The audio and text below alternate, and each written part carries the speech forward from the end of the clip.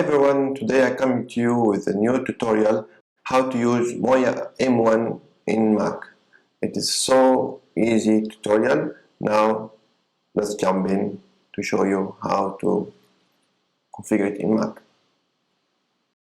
Before you plug it in the Mac, you must check it to switch to smartphone like that.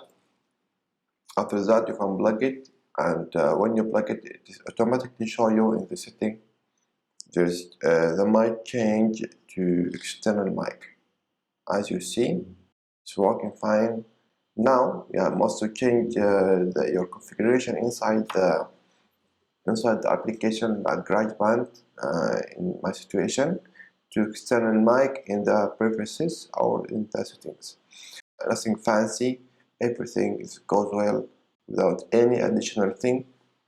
It works perfectly. Just make sure it is switched to smartphone, not camera setting. That all the magic trick. There's nothing fancy, like I said before. Just enjoy the Boya M1 and any mic come with TRRS jack. It's worked like that in Mac. No additional things, no any converters to this tutorial. Thank you for watching, and please like and subscribe to support us. Thank you.